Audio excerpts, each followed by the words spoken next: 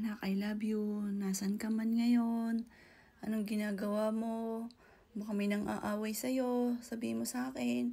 Yan yung lagi ko sinasabi sa kanya. Anak, baka may nang aaway sa'yo sa school. Susugurin ko. Hindi ako papayag na inaaway ka. Sabi niya, Mami, wala. Ganyan kami mag-usap. Pero totoo, mas matapang po yan sa akin. Pero ako, may nangyari na sa akin, sinugod ko. Kasi naitulak sa hagdan yung anak ko. Tapos, meron siyang peklat sa may baba. Ayan. Tapos, nagmamadali kami punta sa school. Inawat kami ng teacher kasi susugudi ko yung bata. Tapos, sabi, Mami, baka tayo ay nasa tama. Tayo ay malagay sa mali. Kasi galit nga po ako.